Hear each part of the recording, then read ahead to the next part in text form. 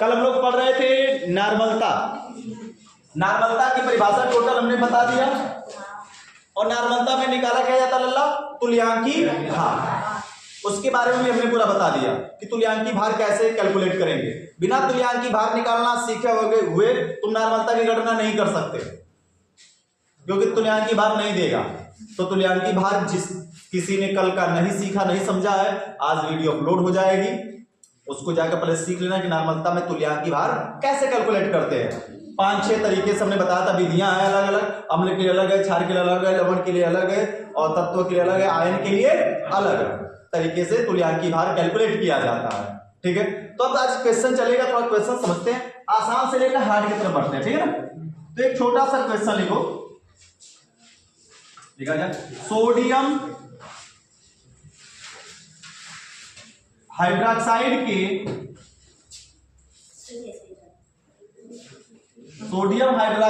के 23 ग्राम को जल में घोलकर 450 ml विलयन बनाया गया। प्राप्त विलयन की नॉर्मलता क्या कीजिए लल्ला? ज्ञात कीजिए। प्राप्त विलयन की नॉर्मलता ज्ञात कीजिए। ठीक है ना, क्यों कैलकुलेट करते हैं बाद में लिखना क्वेश्चन। देखो, हमने पहले दिन से जब से न्यूमेरिकल शुरू किया है तब से आज तक लगातार एक बात बता रहे हैं लल्ला। सबसे पहले काम क्या करना है? गिवन वैल्यू लिखो।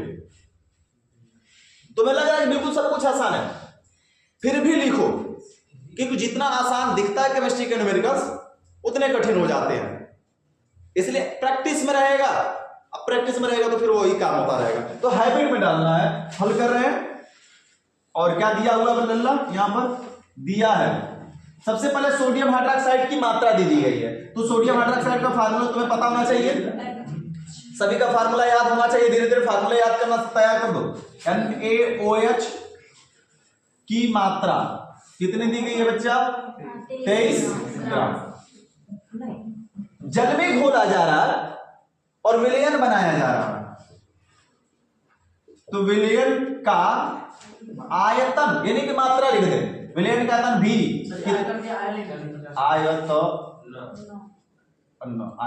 ठीक है ना, आयतन 450 ml है, आयतन को 20 से रिप्रेजेंट करते हैं। तो कह रहा है कि विलयन में प्राप्त विलयन की नॉर्मलता ज्ञात कीजिए। क्या ज्ञात कीजिए? नॉर्मलता को हमें ज्ञात करना है। मामला समझ में आ गया? तो सर जी नॉर्मलता बराबर क्या होता है? एक साइड में फार्मूला लिख लेते हैं समझने के लिए। नॉर्मलता बराबर छोटका डबल इस विलेज में रहता है। ठीक है ना, छोटा डबल इस विलेज में रहता है, यानी सर जी हमको विलेय, छोटा डबल मतलब क्या चाहिए? विलेय का भाग। तो NaOH विलेय है कि विलायक है? विलेय, क्योंकि जल में घोला जा रहा है और विलेय 450 ml बन रहा है। तो इस विलयन को देखकर क्या लग रहा है जी कि कंफर्म है कि यह विलेय होगा और जल क्या होगा? विलायक। जल की मात्रा अधिक होगी तभी तो इतना पानी तैयार हो गया ना। तो 23 ग्राम या विलेय की मात्रा कम दिख रही है, तो विलेय की मात्रा को किससे रिप्रेजेंट कर दिया? स्मॉल w से। विलयन का आयतन सर जी भी दे दिया, तो बचा क्या निकालने के लिए हमको? E ना। जब तक E नहीं पता करेंगे क्या N निकल जाएगा? नहीं। अभी इसी E मतलब तुल्यांकी भार को निकालने के लिए हमें चाहिए होता है अणु भार। तुल्यांकी भार निकालने के लिए यानी यह E निकालने के लिए क्या क्या चाहिए हमको? अणु भार बटा के N। N मतलब मोल और N मतलब अणु भार। तो किसका अणु भार सर जी? यह विलेय का ही ना, जल का नहीं। यह किसका भाग है? विलेय। इसको हम ग्राम तुल्यांक बोलते हैं, विलेय का ग्राम तुल्यांक। तो विलेय का ग्राम तुल्यांक का मतलब विलेय का भार बटे कि विलेय का तुल्यांक की भार। तो विलेय का ही अणु भार और विलेय का ही क्या रखेंगे हम लोग? यहाँ पर मोल रखने वाले हैं। विलेय का अणु भार कितना होगा, विलेय का मोल कितना होगा, इसको रखकर कैलकुलेट करेंगे। तो चलो निकालते हैं। तो विलेय कौन है? NaOH। NaOH का अणु भार M इज इक्वल टू, सबको पता है, हमने कल का बताया तरीका कैसे निकालते हैं अणु भार है, परमाणु भार। 30 तक तुम्हें मोजवानी पूरा याद होना चाहिए सभी का परमाणु भार। कम से कम 30 तक मौखिक याद करो। परमाणु क्रमांक तो याद होना ही चाहिए, साथ में परमाणु भार भी। तो Na का 23 होता है, कितना होता है 23। अगला तत्व स्टार्ट होगा, क्या लगा देते हैं प्लस। ऑक्सीजन का 16 15.99 होता है, 16 लिख देंगे। हाइड्रोजन का 1.0089 होता है, यानी कि इसका मान कितना हो जाएगा केवल 1। अब टोटल को जोड़ देंगे तो m = 40। सर जी m तो 40 आ गया, लेकिन मोल जो चाहिए हमको यानी स्मॉल n की वैल्यू कितनी होगी? 1 होगी। वेरी गुड, याद है ना? कैसे पता किया भैया कि 1 होगी? क्योंकि दिया गया पदार्थ क्षार है। कल के याद है कि भूल गए? कुछ लोग निकल गए भाई, यहाँ से आया गया, यहाँ से गया, सॉरी सांझ को खा के सो गए, ढेका लेगा सब 50, काम खत्म। ये भैया यहाँ पर जो बात आ गई, अम्ल के लिए सर जी H की संख्या देखते हैं कि H की संख्या कितनी है। क्षार के लिए OH की संख्या, OH यानी क्षार है और क्षार में OH कितना है? 1 है। लवण रहता तो धातु पर जो धनायन आता, धनायन की आयनों की संख्या देखते हैं, तो लवण है नहीं, क्षार है, क्षार में OH की संख्या 1, यानी कि सर जी तुल्यांक की है ना, तुल्यांकी भार E = m/n। तो सर जी m का मान कितना है? 40/1, तो E = 40। आप कहोगे सही का अंतर हुआ, काहे निकालने की जरूरत पड़ी? निकालना पड़ेगा, कोई जरूरी नहीं कि हर एक बार में 1 ही आ जाए, 2 भी हो सकता है, 3 भी हो सकता है, तो भाग देने के बाद मान बदल जाता है। तो E का मान 40 आ गया। सूत्र तुमको और हमको पता है बचपन से, सूत्र क्या होता है लल्ला? नॉर्मलता। नॉर्मलता n = क्या होगी लल्ला? छोटका डबलुआ इस विलेज में रहता है। यह दोनों एक में होता है, क्योंकि यह विलेय का भार बटे के विलेय का भार बटे के विलेय का तुल्यांकी भार है। तो n = भार कितना है लल्ला? 23 बटे के E कितना है? 40। लेकिन क्या आयतन लीटर में दिया है? क्या आयतन लीटर में हमारे पास है? नहीं। तो इसको, क्योंकि V इन लीटर, तो इसको लीटर में कन्वर्ट करना होगा। 450 ml बटे के क्या करेंगे जी? 1000। हालांकि शुरू में ये सब करते चले जाते हैं, लेकिन तुम्हें एक एक स्टेप बताते चले कब क्या चेंज करना। बाकी जब सीख जाओगे तो एक बार में करते चले जाओगे। ये कट जाएगा तो 45/100, तो 9 पंचे 45, और ये हो जाएगा अरे 20। 50 कैसे? 5 गुना के 10 और 0 20, तो 5 से ऊपर कटा, 9 पंचे 45, 5 से नीचे कटा 20। 9 बटा के कितना है? 20। तो 9 बटा के 20 लिख सकते हैं क्या? अब इसको दशमलव में मत करो, कभी भी लीटर को भाग देकर दशमलव मत लाओ, तो मैं भाग देने में यहां पर दिक्कत होने लगेगी। इस वजह से हम यहां पर सीधा सीधा ऐसा रख दिए n = ये नीचे वाला बीच में चला जाता है और नीचे वाला सबसे कहां चला जाता है? ऊपर। बीच में गुणा, नीचे वाला का ऊपर गुणा। तो n = 23 गुणते 20 और बटे के 40 गुणते 9, तो 20 गुना के 40, तो भैया 9 गुना के 18, तो 23 बटा के कितना बचा? 18। भाग दे देंगे तो 1 दशमलव, 18 1 कम 18, तो बचा 5, 50 दशमलव जाएंगे 50, 18 गुना के 36, 36 बचेगा कितना? 14, 140, तो 18 पंचे 90, 7। देखो भाग देकर 7 मर जाएगा, 140 होगा, ठीक है 126 होगा ना, तो 1.27। मात्रक क्या बच्चा? तुल्यांक प्रति लीटर या फिर तुल्यांक लीटर इनवर्स भी लिख सकते हैं। तुल्यांक प्रति लीटर लिखे या प्रति लीटर के ऊपर लाएंगे तो क्या हो जाएगा? Litre inverse.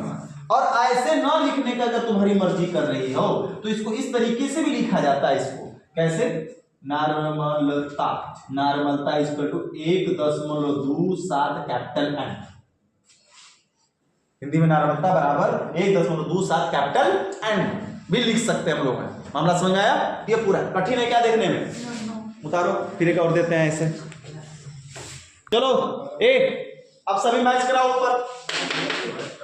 इसीलिए हम बोल रहे हैं बार बार कि जहां पर एक बार पूछ लो तो पूछोगे, है नहीं? जब हमने एक सवाल दे दिया लगाने में फंस गए। एक लड़के का केवल सही लगा है, बाकी एक लड़की सही लगा रही है, सही होगा सही, बाकी किसी का सही नहीं लगा। चलो अब ऊपर देखो, बात नहीं दिया है क्या, अब बात बंद करोगे। C2H2O4 की मात्रा कितनी दी गई भैया, 60 ग्राम। तो कंफर्म है स्मॉल W होगा विलेय, ठीक है ना। विलयन का आयतन, विलयन का आयतन V is equal to 750 ml, यानी कि लीटर में बदलेंगे 750 बटे के 1000, कट पीट कर कितना बचेगा, 3/4 लीटर V की वैल्यू बचेगी। आगे कह रहा है विलयन बनाया गया, तो कह रहा है प्राप्त विलयन की क्या याद कीजिए, नॉर्मलता। नॉर्मलता की गणना करनी है, सबको पता है नॉर्मलता निकालने के लिए क्या चाहिए, तुल्यांकी भार। तुल्यांकी भार निकालने के लिए इसका हम भार निकालेंगे, C2H2O4 का अणु भार। और अणु भार कैसे निकाला जाता है बच्चा, M। फिर से 10 बार बताते आ रहे हैं कई दिनों से, लेकिन तुम लोग समझने का प्रयास नहीं कर रहे हो। परमाणु भार रखा जाएगा, अब कुछ परमाणु क्रमांक रखकर बैठे पड़े हैं सब वही में। कार्बन का परमाणु क्रमांक 6, लेकिन परमाणु भार कितना होता है, 12। तो 12 गुणते जितनी संख्या उतने से गुणा, 12 गुणते 2। अभी गुणा जोड़ घटाना नहीं आ पा रहा, तुमसे बड़ी तकलीफ की बात है। अगले तक आगे बढ़ेंगे, क्या लगेगा, प्लस। यहां पर हाइड्रोजन का परमाणु भार 1 गुणते कितना करेंगे, 2। अगला तत्व स्टार्ट होगा तुरंत क्या लगेगा, प्लस। अगला तत्व स्टार्ट होते ही प्लस लगाएंगे और 16 गुणते 4। तो 12 दुना के 24, 2 1 का 16 चौका, चलो जोड़ते हैं, 4 2 6 6 4 10 को 0 1 6 2 8 8 और 1 9 90। तो किसी का 88 आ रहा है, किसी का 78 आ रहा है, किसी का 120 आ रहा है, किसी का 130 आ जा रहा है, किसी का 55 आ रहा है। कैसे आया ना 90, 120 कैसे आ गया तुम्हारा लल्ला, उधर पीछे टाइप का निकला 90। आज फिर जाना घरे, यूट्यूब पर सर्च करके देखना, how to edition, how to subscription. अरे सब्सक्रिप्शन करे भैया, सब्स्टिट्यूट कैसे करते हैं, भाग कैसे देते, गुणा कैसे करते हैं, दशमलव का भाग गुणा, सब सीख लेना अच्छे से आज। सब्सट्रैक्शन ये भैया आगे करते हैं, एन मोल। अब मोल के लिए तुम्हारे हमें पता था कि तुम्हें इसका संरचना सूत्र पता नहीं होगा, लेकिन नाम से तो स्पष्ट दिख रहा है ना, अम्ल है, मतलब पहचानना क्या होगा, H। कहोगे सर हमें तो H नहीं समझ में आ रहा है, H तो शुरू में है नहीं, लेकिन हमने बताते हैं कार्बनिक यौगिक है, और कार्बनिक यौगिक में अम्ल कहाँ छुपा आता है, H पीछे। इसकी संरचना हमने बनाया था COOH, COOH।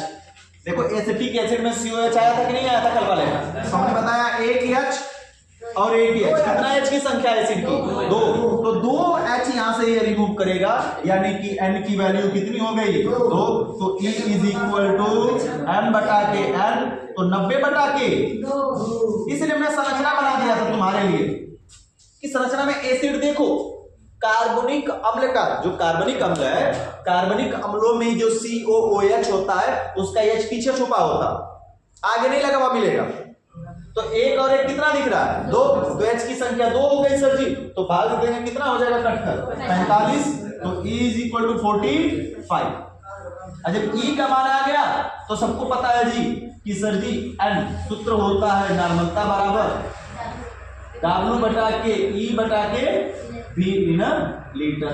तो रख देंगे सर जी W का मान कितना 60 बटा के 45 और V का मान कितना है 3 बटा के 4। N बराबर ये यहाँ पर ये ऊपर चला जाएगा, तो N इज इक्वल टू 60 गुणते 4 और 45 गुणते कितना हो जाएगा 3। तो 3 दुना के 26 और 5 चौक को 20 और 5 नवा 45। तो 4 चौक के 16 बटा के 9, 16 बटा के 9। तो n बराबर 16 बटा के 9, तो 9 गुना 18 कटेगा नहीं, तो 9 1 कम 9 बचेगा कितना भैया 9 7 बचेगा 60 70 हो जाएगा। तो 9 8 7 बढ़ जाएगा ना, 9 7 63, क्योंकि 70 हो रहा है, 9 8 72 हो जाएगा, 63 बचेगा कितना 7, मतलब 7 7 होता चला जाएगा क्या, ठीक है। तो नॉर्मलता 1.77 तुल्यांक लीटर इनवर्स। कोई दिक्कत है क्या? अब समझ में आया? इधर पीछे उधर, अब इस बात देंगे, लगना चाहिए, उतार लो, और नहीं लगेगा तो। क्वेश्चन एक दिया गया, क्वेश्चन नंबर 3 कह रहा है कि N/100 CaCO3 को जल में घोलकर, शायद यहाँ पे एक चमक रहा होगा तो को लिखा गया है, CaCO3 को जल में घोलकर 600 ml विलयन बनाया गया। तो कह रहा है कि जो विलयन प्राप्त हुआ है ना, उस प्राप्त विलयन में CaCO3 की मात्रा की गणना कीजिए। मतलब समझना कि जो विलयन बना है उस विलयन की नॉर्मलता दे दिया है यहाँ 1/100 नॉर्मल। अभी हम कुछ समय पहले लिखे थे ना, याद करो क्या माना आया था, 1.23 n लिखे थे कि नहीं लिखे थे? n के साथ में जो वैल्यू लिखी के बता रहा है उस विलयन की नॉर्मलता है। n के साथ जो वैल्यू रहेगी वो वैल्यू उसकी क्या बताएगी, नॉर्मलता बताएगी। यानी उस विलयन की नॉर्मलता कितनी है बच्चा, 1/100। और विलयन किस चीज का बना है, कैल्शियम कार्बोनेट और जल। कैल्शियम कार्बोनेट और जल को मिलाया गया है और विलयन का आयतन कितना है, 600 ml है। 600 ml का विलयन है। देखो 600 ml के विलयन में बच्चा CaCO3 घुलने के बाद उसकी सांद्रता, यानी जो उसका गाढ़ा, नॉर्मलता क्या बताती है, सांद्रता ही तो है। सांद्रता रिप्रेजेंट करने का एक अलग नाम है, एक अलग नाम से सांद्रता रिप्रेजेंट की जा रही है। तो इसका मतलब 1/100 है। तो क्या उस विलयन में कितना CaCO3 घोला गया है उसकी मात्रा की क्या कीजिए, आप गणना कीजिए। समझ में बात आई कि निकल गई, आ गई ना? तो जो दिया है उसको लिखते हैं पहले, यानी कह सकते हैं सर जी नॉर्मलता n बराबर कितना दिया है जी, नॉर्मलता n बराबर कितना दिया, देखो सब 1/100 नहीं, 1/100, 1/100 वो n को लगाकर ही देगा। इसको ऐसे भी लिख सकता था 1/100। देखो सवाल में लिखने का तरीका जी, सब कुछ एक ही होता है, बस बदल बदल के फॉर्मेट दे देता है। 1/100 n दे दे, अच्छा n का गुणा यहां पर कर दे तो क्या हो जाएगा, n/100। n/100 मतलब 1/100 नॉर्मलता हो गई। गुणा कर दोगे, भाग दे दोगे तो 0.01 हो जाएगा। कोई दिक्कत है क्या? आगे बढ़ते हैं। कह रहा है कि विलयन का आयतन दिया गया है, जो दिया गया पर उसको लिखो। विलयन ऊपर देखो तो अगर जो इसके बाद देंगे नहीं लगा तो बड़ी मार मारेंगे ना। विलयन का आयतन V = 600 ml, तो V = 600 बटा के कितना हो जाएगा, 100। छोटा भीम दिक्कत में आ जाएगी, कट जाएगा। तो कितना लिख सकते हैं, 3/5 लीटर लिखा जा सकता है। यहां तक किसी को समस्या? आगे करा है कि प्राप्त विलयन में CaCO3 की मात्रा ज्ञात कीजिए, यानी CaCO3 की मात्रा हमसे क्या कर रहा है, W का मान पूछ रहा है। अब मात्रा पूछे चाहे नॉर्मलता पूछे, मात्रा पूछे चाहे नॉर्मलता पूछे, हमें तुल्यांकी भाग चाहिए तो चाहिए। क्या तुल्यांकी भाग दिया? एक बात बताना, फार्मूला लिख लेते हैं। अजय क्या दिया है, n बराबर W/E/V। सर जी n दिया है, V दिया है, हमसे W क्या कर रहा है, पूछ रहा है। तो E तो चाहिए ना, कि बिना E का निकल जाएगा, बिना E का निकल जाएगा नहीं। तो चलो E कैलकुलेट करते हैं। अब बताओ खड़ा करो, E के लिए क्या करें हम, सबसे पहले E के लिए सबसे पहले क्या करें हम, इसका क्या होगा बताओ,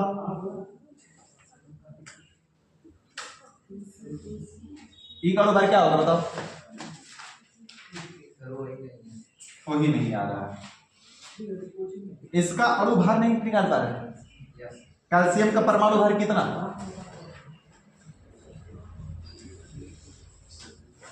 चलो कार्बन का टेस्ट बता दो, ऑक्सीजन का 16। क्या करेंगे इन दोनों के बीच में, पहले 12 लिखेंगे प्लस 16 3 से गुणा कर देंगे। मामला तरीका समझ में आ रहा है ना। परमाणु भारों को रखते चलेंगे और अगला तब पता चला जाएगा प्लस लगा देंगे। इसका 40 दशमलव कुछ होता है तो कितना लिखा जाएगा, 40। 50 से कम होता है दशमलव के बाद का मान। अगला तत्व स्टार्ट होगा, क्या रखेंगे प्लस, कार्बन का कितना 12, ऑक्सीजन फिर आएगा, ऑक्सीजन का 16 गुणित 3 तो 40 प्लस 12 16 या 48, ये 50 10 60 10 40 100 हो जाएगा क्या, इसको 100 ही ना आएगा, 100 हो गया। m का मान 100, तो n का मान कौन बताएगा, बैठ जाओ, n का मान झुन्नू खड़ा हो जाओ, n की वैल्यू बताओ कितनी होगी, स्मॉल n की, मोल का मान कितना होगा, अच्छा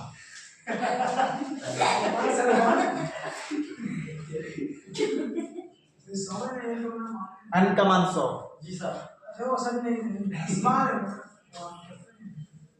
हम स्मॉल n का मान पूछ रहे हैं, m का मान पूछ रहे हैं, n पूछ रहे हैं, m नहीं पूछ रहे हैं, बताओ कितना होगा,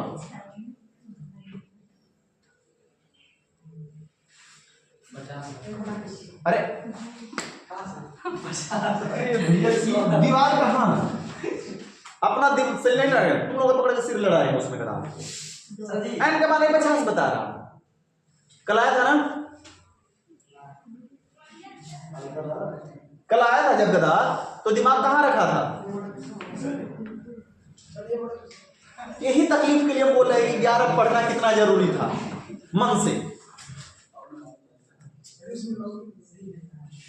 चलो भैया खड़ा हो जाओ, मुस्कुरा रहा आपको बैठे बैठे, दोनों डांट खा रहे हैं, मजा।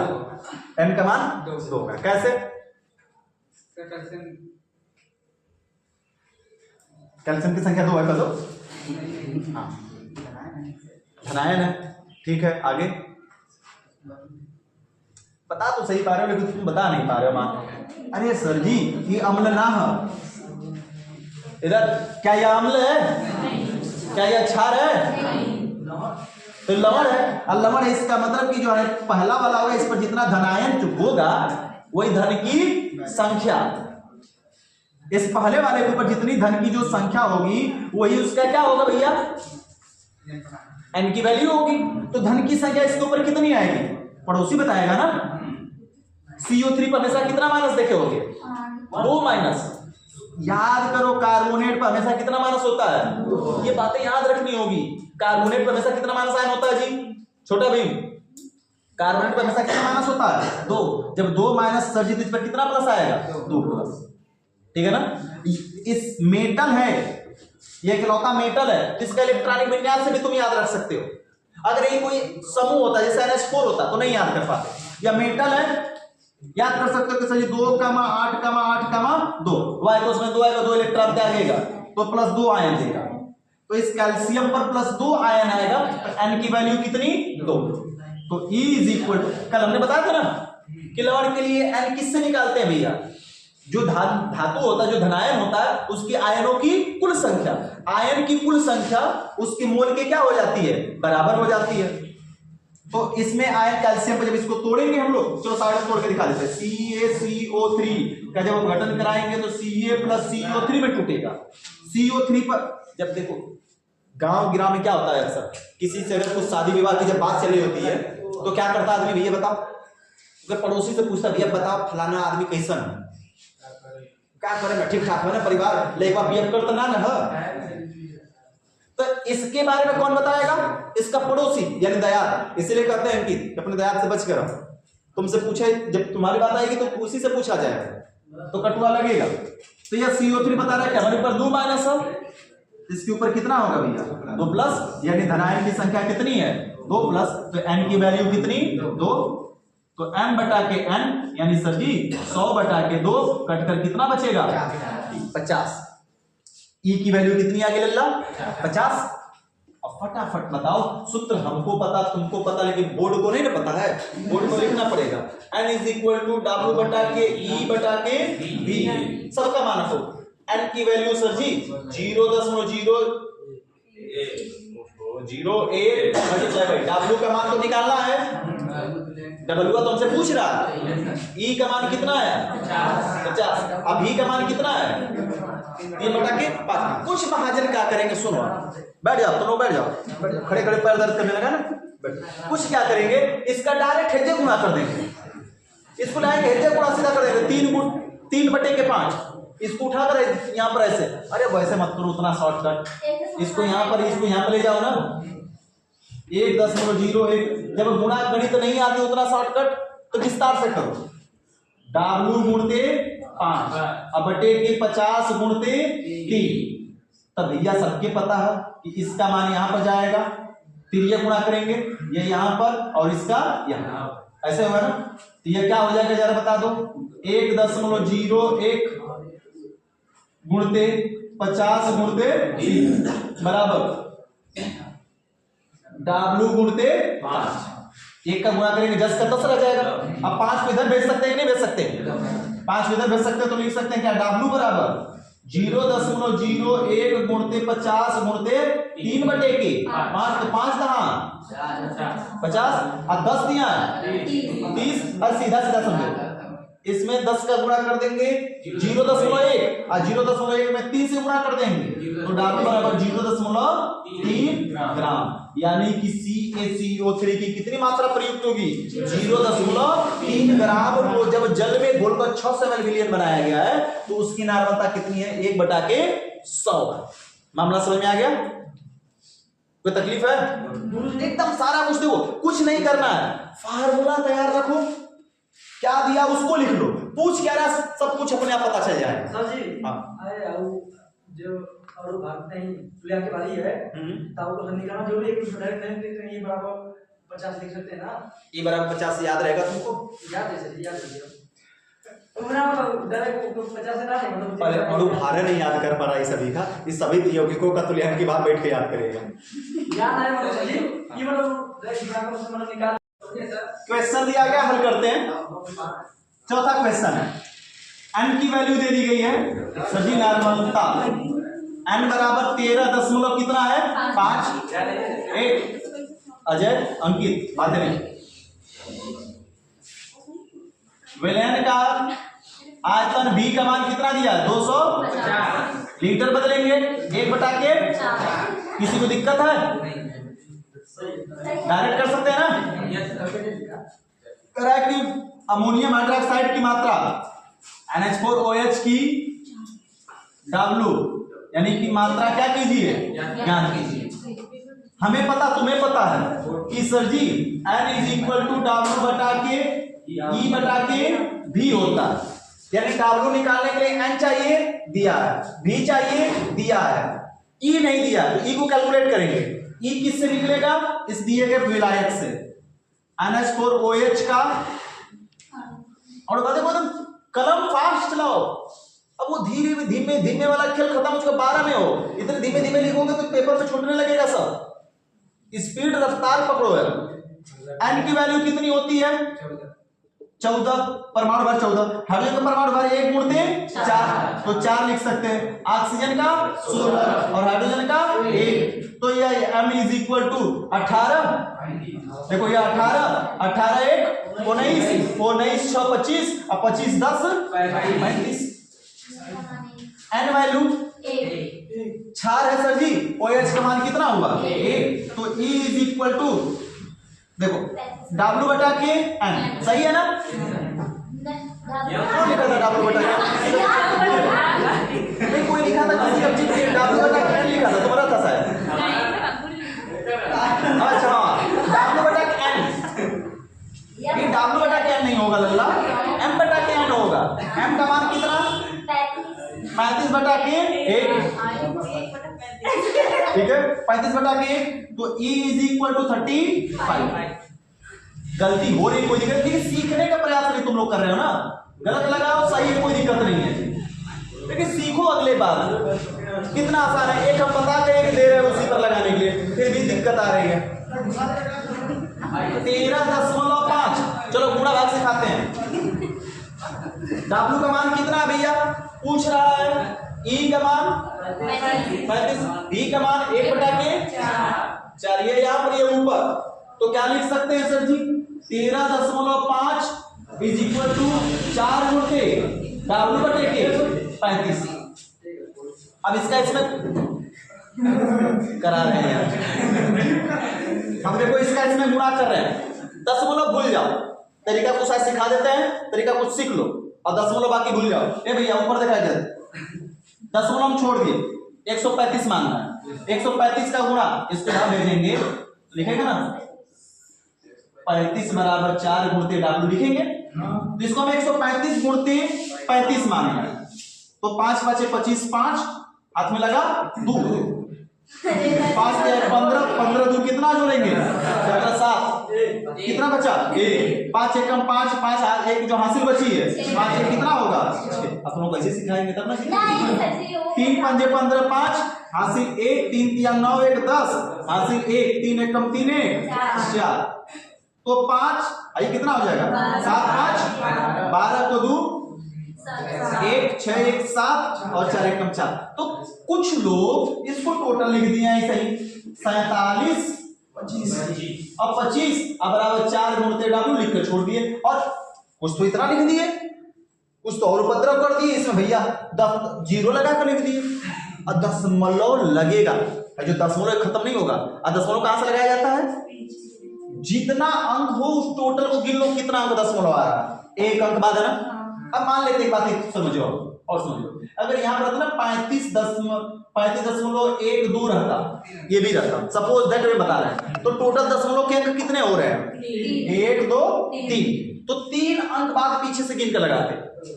यहां पर कुछ है नहीं, केवल 35 है। तुम क्या करेंगे लल्ला, एक अंक बाद, तो एक अंक बाद दशमलव लगा दिए, यानी कि 472.5 बराबर 4 गुणित W। तो W बराबर 472.5 बटे के 4 कटा देंगे, 4 1 कम 4 4 1 कम 4 बन जाएगा जी, 4 1 कम 4। अब बचेगा यहाँ पर 3 32 4 बटे 32 4 1 कम 4 बचेगा 1 10 4 गुना के 8 20 4 पंजे 20, यानी W इज इक्वल टू 118.125 ग्राम। ठीक है, तो आज जाकर सीख लो, ध्यान से करें।